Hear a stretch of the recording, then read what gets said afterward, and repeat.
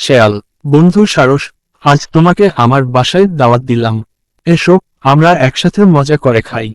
সারস, ও দারুণ তো, ধন্যবাদ বন্ধু, আমি অবশ্যই আসব। শেয়াল, এই নাও, আমি তোমার জন্য সুস্বাদু স্যুপ বানিয়েছি। প্লেটে করে দিলাম, খেতে শুরু করো। সারস, উম্মু, আমার ঠোঁট তো লম্বা, এই প্লেট থেকে খেতে কষ্ট হচ্ছে। শেয়াল, ও আমি তো বেশ ভালোভাবে খেতে পারছি। সারস, বন্ধু শেয়াল, আজ তুমি আমার অতিথি। এসো, আমি তোমার জন্য খাবার এনেছি।